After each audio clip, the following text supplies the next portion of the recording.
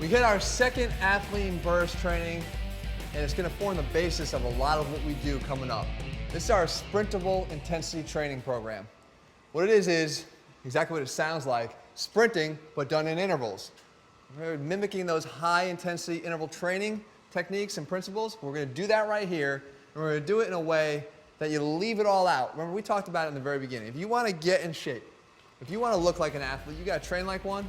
No athlete doesn't include sprinting into their regimen. You have to be incorporating some point in time sprinting, high effort running if you're going to train your muscles to be explosive from your lower body, and then obviously translate that all the way up to your core and through your upper body, because as you see when you sprint, your arms are extremely active in what you do.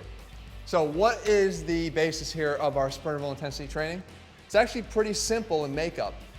You have a 5-minute warm-up, you have a 5-minute cool down. In between, you're talking about your interval training sessions, 10 of them, where you're going to alternate 20 seconds of a sprint. And I mean an all-out, high-intensity, give it your best sprint with 40 seconds of a jog. Once you're in that mid-zone there, and you're working 20, 40, 20, 40, 20, 40, it gets to be pretty tough pretty quick. If, for some instance, you can't go through these, and you can't get through 10 right off the bat, then give me at least 5. Work your way up. But you have to give me that all-out effort. That's where we have to make the trade. A couple fewer if you need them, but keep that energy high. So now you're probably looking around me and saying, well, where are you going to sprint when you're inside here indoors? And obviously my first answer would be, well, get outside. Get outdoors if you can, and put yourself in an environment like a park, or if you're lucky enough to be near the beach, go to the beach, but get out there. Even if you have to go out there on the streets and pound the pavement, do what you have to do. Do your sessions somewhere where you're going to have access to that. Now, in the city, you might have to bob and weave through people. Might not be so practical. So if you have to get yourself away towards a track, find one and get it done. But I realize that some people are locked in the cold weather, no options to get out there, especially during the winter when it gets icy out. Still doesn't mean that you can't do this. As I said, you could do another alternative. You could take one of the YouTube workouts. You could take one of the earlier workouts and repeat them.